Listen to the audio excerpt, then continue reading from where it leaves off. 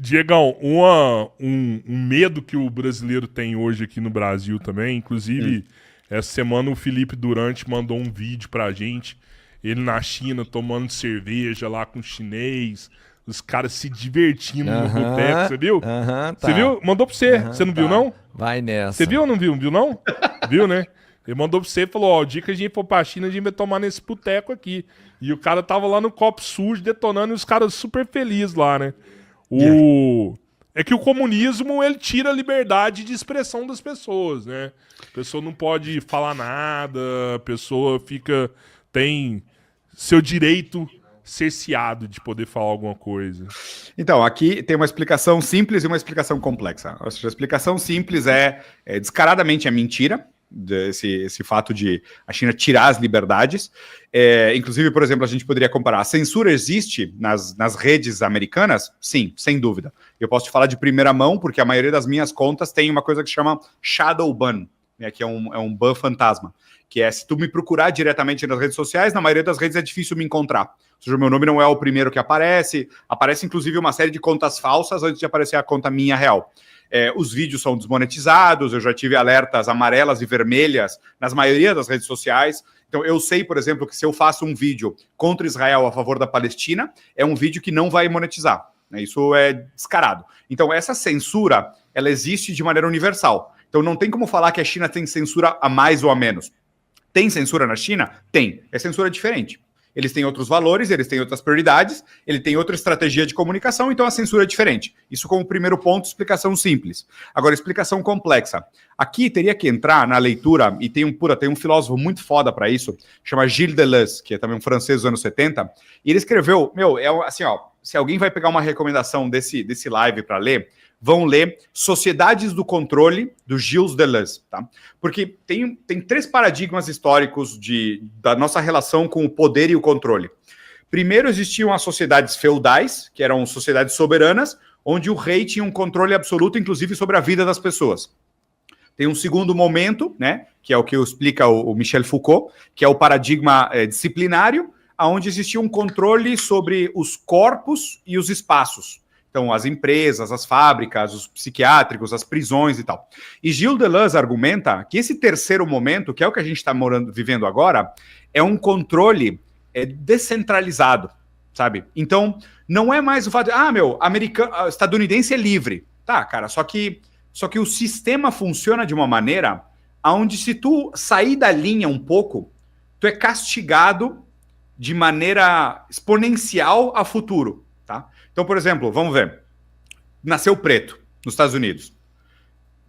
Caiu na prisão por X ou Y motivo. Estava no bairro errado, porque tu provavelmente já nasceu num bairro pobre, onde já existe violência, onde já existe tráfico, onde tu já é praticamente obrigado a sobreviver entre gangues, brigando no fim de semana. Então existe uma possibilidade altíssima de tu cair em alguma incidência policial. Altíssima. Em contra das tuas melhores vontades, melhores virtudes. Todo o contexto tá na tua contra. Tu cai na prisão como adolescente preto, tu tá fudido a vida inteira nos Estados Unidos. Tu nunca vai poder pedir um dinheiro emprestado, tu não pode abrir conta de banco, todos os teus empregos daqui para frente vão ser condicionados, tu vai ganhar menos do salário mínimo. Então, o sistema, ele vai te canalizando numa direção onde a tua liberdade tem cada vez menos portas. E ao contrário, uma pessoa totalmente privilegiada nasce com todas as portas abertas. Olha o som. Microfone, Diegão. O som se foi de novo. Então, nesse texto Sociedade do Controle do Deleuze, é muito interessante ver como o que a gente chama de liberdade nos Estados Unidos ou no Ocidente é muito abstrato. Tá? A gente fala, por exemplo, os Estados Unidos é livre, qualquer um pode ser presidente.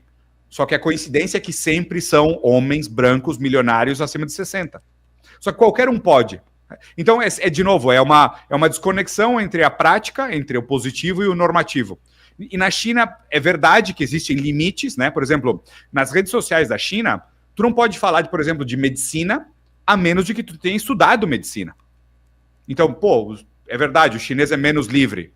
Mas não é bom isso, meu?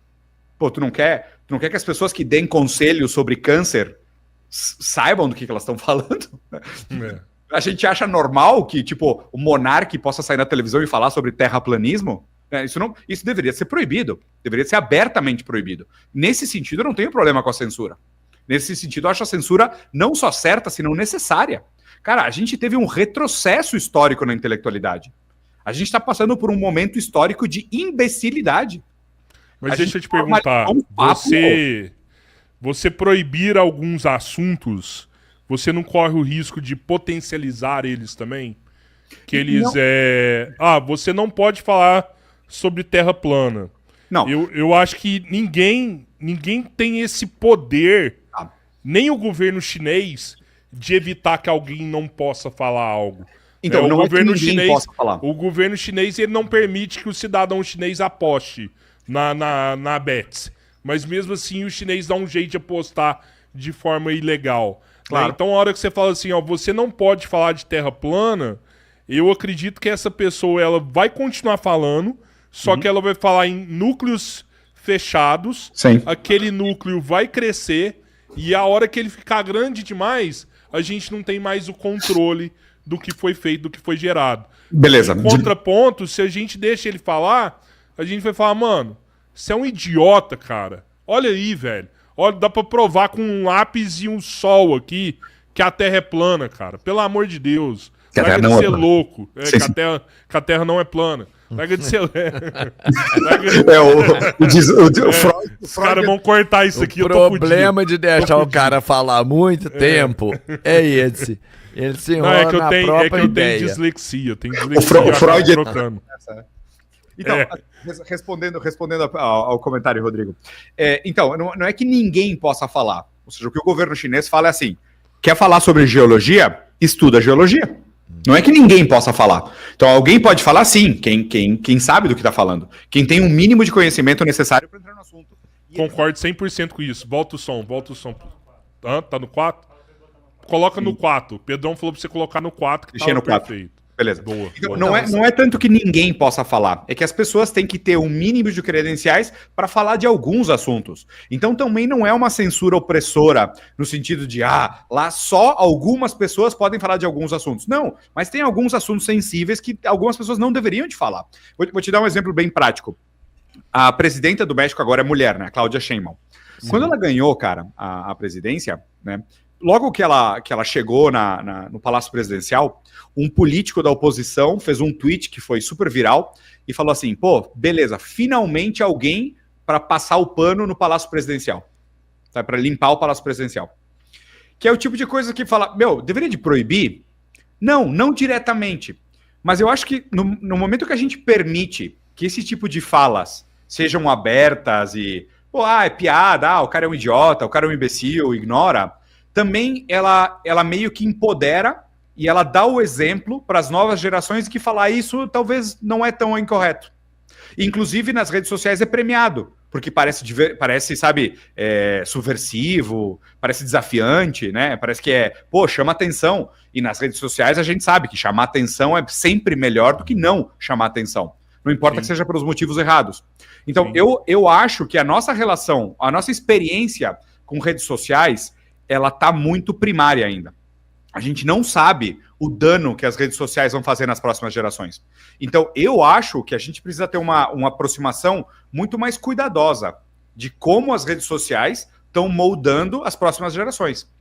Vão sair uns psicopatas por causa da adição às redes sociais e pelas subjetividades que são constituídas por esse narcisismo, essa egolatria, sabe, essa competitividade, essa violência. As próximas gerações vão ter problemas com a edição de rede social.